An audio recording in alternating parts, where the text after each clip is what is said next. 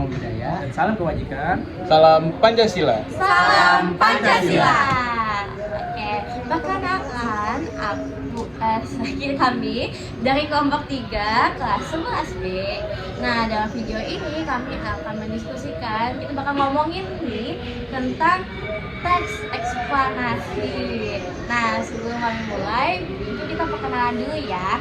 Nah, mulai dari aku Rizka Talia, aku Zika Farani, Zahra Salsabila, Aku Adi Handoko. Aku Indra Darmani Putra. Aku Rusal Panaha. Nah, kita langsung mulai aja yuk. Nah, siapa yang mau mulai duluan diskusinya? Siapa yang ingat teks eksplanasi itu apa sih? Saya. Teks eksplanasi itu adalah sebuah teks yang menjelaskan tentang proses terjadinya suatu fenomena. Nah, fenomenanya itu bisa terdapat dua, yaitu fenomena sosial maupun alam. Saya mau nanya dong, yang dimaksud apa contoh teks eksplanasi fenomena alam tuh gimana sih? Misalnya kayak gempa bumi, terus ada tsunami yang ada di Aceh, gitu-gitu tadi. Oke, makasih dari saya. Nah, di sini saya juga akan menjelaskan apa itu fungsi dari teks eksplanasi. Jadi, teks eksplanasi berfungsi untuk menambah wawasan dan pengetahuan para pembacanya yang membaca teks tersebut, di mana di dalamnya terdapat informasi yang faktual dan logis dan terdapat urutan sebab dan akibatnya. Nah, yang ketiga nih ada teks eksplanasinya itu kayak gagasan teks eksplanasi itu apa? Jadi gagasan teks eksplanasi itu ide pokok atau pokok utama yang terdapat dalam teks eksplanasi. Kayak misalnya bagaimana peristiwa itu bisa terjadi, mengapa peristiwa itu bisa terjadi. Oh, gitu. Seingat aku, selain gagasan, dalam teks eksplanasi itu juga ada namanya pandangan. Nah, pandangan itu kayak pandangan penulisnya. Jadi penulis itu bisa masukin pandangan dia terhadap topik yang dibahas dalam teks eksplanasinya itu. Cuman pandangan penulis itu walaupun dia boleh masukin, pandangannya tetap harus bersifat netral dan tidak mempengaruhi pembacanya. Nah, lalu jadi setiap teks dalam bahasa Indonesia itu pasti kan memiliki ciri-ciri. Salah satunya itu teks eksplanasi pasti memiliki ciri-ciri. Yang pertama itu ciri-cirinya itu yaitu didasarkan oleh fakta. Setiap teks eksplanasi itu kan memuat informasi fakta dan tujuannya itu untuk memberikan informasi kepada pembacanya. Lalu menggunakan bahasa baku yang formal itu, lalu menggunakan istilah ilmiah, dan dia pun menggunakan konjungsi kausalitas yang merujuk pada sebab akibat seperti oleh sebab itu, oleh karena itu, dan bisa juga sehingga. Kemudian teks eksplanasi itu tidak mempengaruhi pembacanya karena tujuan utamanya itu untuk memberikan informasi kepada pembacanya itu. Nah, setahu aku kalau ada ciri-ciri itu pasti ada ciri-ciri khususnya deh. Ada yang tahu nggak ya? Saya tahu. Yang pertama itu ada menunjukkan proses terjadinya sesuatu atau terbentuknya fenomena alam atau sosial. Yang kedua, adanya hubungan sebab akibat dalam proses terjadinya sesuatu tersebut. Nah, terus teks eksplanasi itu juga ada urutannya. Urutannya itu harus terstruktur. Nah, pertama itu tuh ada judulnya, pastilah ya. Masa nggak ada judulnya, teks eksplanasi ada judulnya. Nah, terus ada pernyataan umumnya. Pernyataan umum itu biasanya kayak gambaran umum topiknya. Misalkan kayak kalau misalkan judul teks eksplanasinya banjir, berarti dia bakal ngejelasin banjir itu apa. Terus yang kedua ada struktur urutan sebab dan akibat atau deretan penjelas. Nah, nanti itu dia ngejelasin tuh prosesnya. Kan kayak kalau misalkan teks eksplanasi banjir, nanti dia ngejelasin proses kenapa sih banjir itu bisa terjadi kayak penyebabnya gitu kan. Nah, terus yang terakhir itu ada interpretasi. Nah, isinya itu kayak kesimpulan sama pandangan penulis. Nah, pandangan penulis itu dituliskan di interpretasi. Nah, kita udah selesai nih yang ngomong berarti udah paham semua kan ya teks eksplanasi itu apa. Nah, biar lebih tambah paham lagi, kita langsung aja kita baca teks eksplanasi langsung, terus kita cari masing-masing itu ada nggak sih di teks eksplanasinya. Nah, aku udah siapin teks eksplanasi yang sumbernya dari Ruang Guru. Nah, judulnya itu, pada penasaran nih? Apa tuh? Apa tuh? Kira-kira apa ya? Bencana Kira-kira alam apa sosial nih? Nah, tebak-tebakan. Yang alam. Banjir paling. Masa banjir udah pasti. Aduh. Yang tsunami Aceh? Tsunami Aceh. Apa bumi? Bukan alam, bukan alam. Aduh, bukan alam. Oh berarti sosial. Wah, sosial, Ya. bener, sosial. PHK kah? PHK bukan. Tauran. Bukan.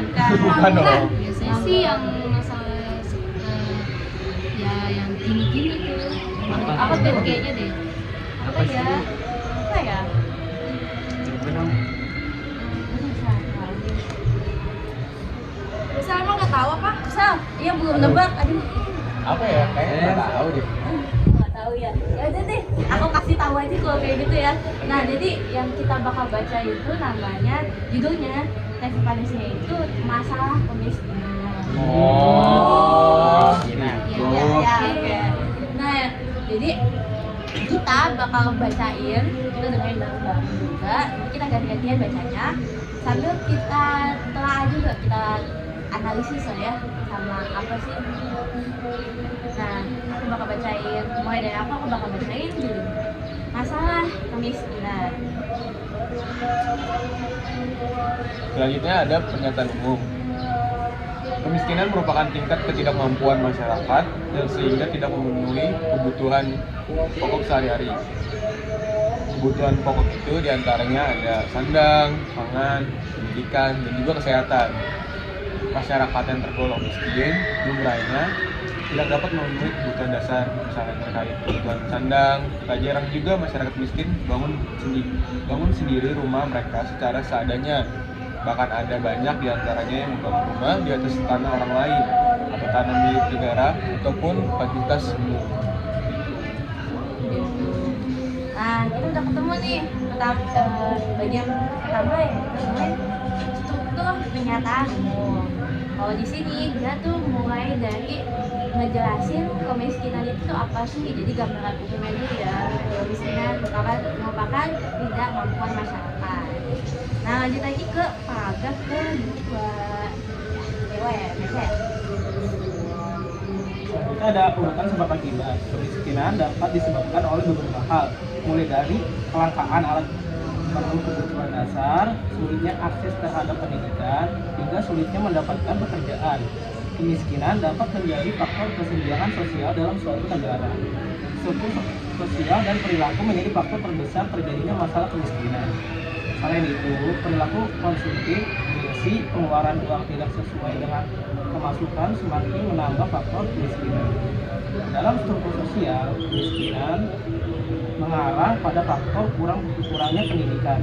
Masyarakat miskin cenderung tidak menganggap bahwa pendidikan itu penting, sehingga mereka pun tidak memiliki kemampuan yang mumpuni untuk bersaing di dunia pekerjaan.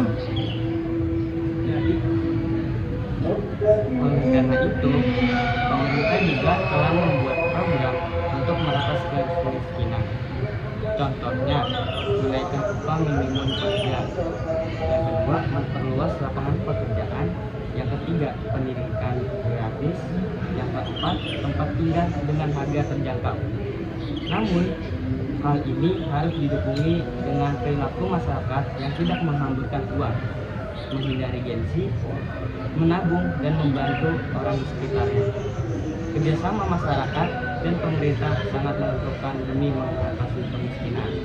Dan yang terakhir, di sini ada interpretasi dari masalah kemiskinan yang akan dibacakan.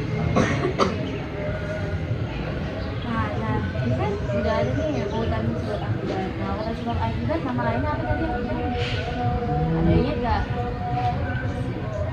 Deretan penjelas. Nah, bener, data penjelas. Nah, Coba tadi cepetan. Nah, Langsung UGM.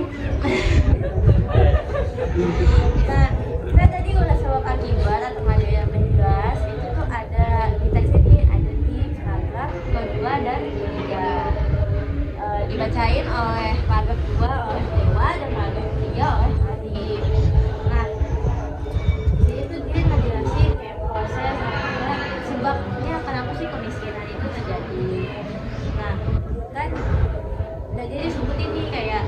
dari kelangkaan alat mendukung kebutuhan dasar, sulitnya sosial pendidikan, dan sulitnya mendapatkan pekerjaan. Nah itu dijelasin penyebabnya itu apa. Nah terus tuh dia juga ngejelasin di sini kalau misalkan pemerintah itu udah ngebuat di programnya, jadi dia udah dijelasin juga usaha untuk menghilangkan kemiskinan. Nah di dalam selanjutnya ini ada yang terakhir, paragraf terakhir yang aku kasih ke Zaka aja deh. Yang baca. Oke. Kalau yang terakhir itu ada bagian interpretasi yang merupakan kesimpulannya. Nah, kemiskinan pada hakikatnya dapat dihindari dengan melakukan hal-hal yang tidak dapat dihindari. Misalnya, tidak hanya mudah berkomunikasi, mengutamakan pendidikan, dan mengetahui prioritas. Program pemerintah untuk mengatasi kemiskinan akan berjalan baik jika masyarakat mau ikut berpartisipasi, karena tanpa dukungan dari masyarakat, program pemerintah akan menjadi wacana saja. Jadi seperti itu. Tapi di sini sebelum dilanjut, saya mau nanya dong. Apa tuh? Di sini kan kemiskinan pada hakikatnya. Nah, saya mau nanya hakikat itu artinya apa sih? Ya, ada yang tahu nggak ya? Dewa tahu nggak Dewa? Dewa. Tahu nggak? Hakikat tuh ya kayak ada bingung nggak ngejelasinnya gimana? Dewa. Coba jelasin. Oh, Dewa tahu. Dewa. Langsung aja. Iya. Kalau dari hakikat dalam saya kutip dari hakikat bisa diartikan sebagai kebenaran, yakni makna terdalam dari praktik yang ada dalam syariat, hukum yang mengatur dan merekat suatu jalan atau cara. Oh gitu, jadi hakikat tuh kayak kebenarannya gitu. Kenyataan yang atau kenyataannya, fakta. faktanya. Oke. Oh gitu. Oh berarti itu ini juga masuk ke ini kita tadi ciri-ciri kan harus bersifat faktual. Nah betul juga tuh, berarti udah masuk. Sekarang tadi udah dibacain ya interpretasi. Nah di sini itu udah isinya salah satu struktur teks eksplanasi. Yang terakhir itu isinya kesimpulan sama pandangannya juga nih. Nah kalau di sini pandangannya itu tuh si penulis kalau misalkan kita mau ngilangin kemiskinan, masyarakatnya juga harus ikut berpartisipasi. Caranya ya juga foya-foya kan, dan lain-lain. Dan nggak bisa cuman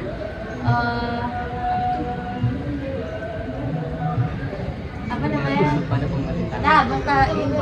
Nah, itu benar Adina.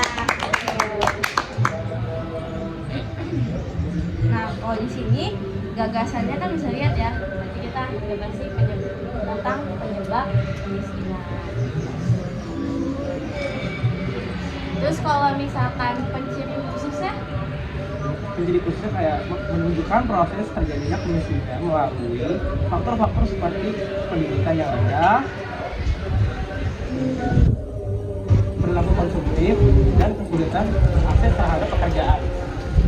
Dan adanya hubungan sebab akibat yang jelas seperti kemiskinan disebabkan oleh kurangnya pendidikan yang mengakibatkan rendahnya kemampuan bersaing di dunia kerja. nah ya, nah itu juga tadi ada di mana? Itu penciri khusus itu terletaknya di struktur mana? Oh enggak? Kayaknya di urutan penjelas ya. Nah iya benar, daerah penjelas. Karena daerah penjelas isinya itu proses dan sebab akibat. Terus kan tadi juga udah ada di dalam teks tuh ada tuh beberapa kali kayak pakai konstruksi kausalitas kayak karena sebab itu udah ada ya di teks. Terus apalagi coba ciri-cirinya ada apa? Ciri-cirinya itu kan bahasanya itu bagus. Oh iya udah benar juga. Fakta ya. Nah, dia itu biasanya ada bahasa ilmiah. Oh, kalau di sini kan bahasa ilmiah ya. Nah, di sini bahasa ilmiahnya salah satunya kan ini sosial ya. Itu kayak di sini ada kesenjangan sosial. Nah, itu juga ada itu kan operasi kata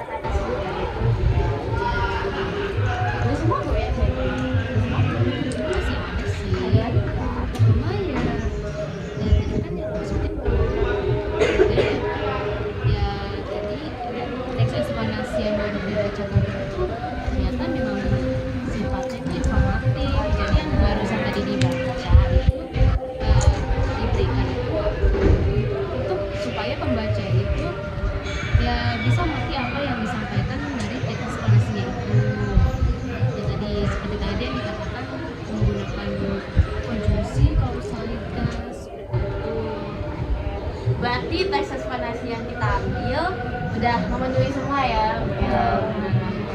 Nah, kita udah selesai. Yang udah selesai. Ya.